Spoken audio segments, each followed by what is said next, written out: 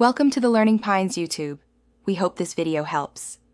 You start by verifying the exact model and display part number so you buy a truly compatible touchscreen assembly.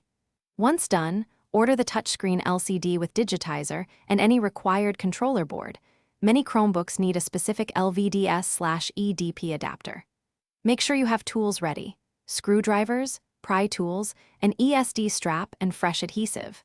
This first step minimizes surprises. You're not guessing parts. You're matching connectors and pinouts before you open the chassis. You power down and unplug the battery or unplug internal power to prevent shorts. Next, remove the bezel and unscrew the hinge brackets to free the old LCD. Carefully document each screw location as you go.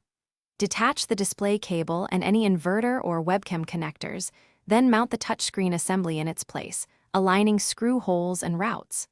Once secured, reconnect the display harness and sensors. This physical swap is precise work.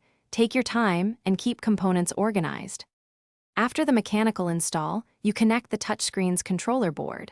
Attach the LVDS/EDP cable and plug the controller's USB touch cable into the Chromebook's internal USB header or an external USB port.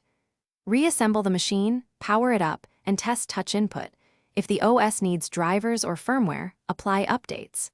If touch fails, double-check ribbon seating, USB connection, and controller power. One key troubleshooting tip: try an external USB touch controller to isolate whether the panel or the board is at fault. Thanks for watching. Consider subscribing if we helped you.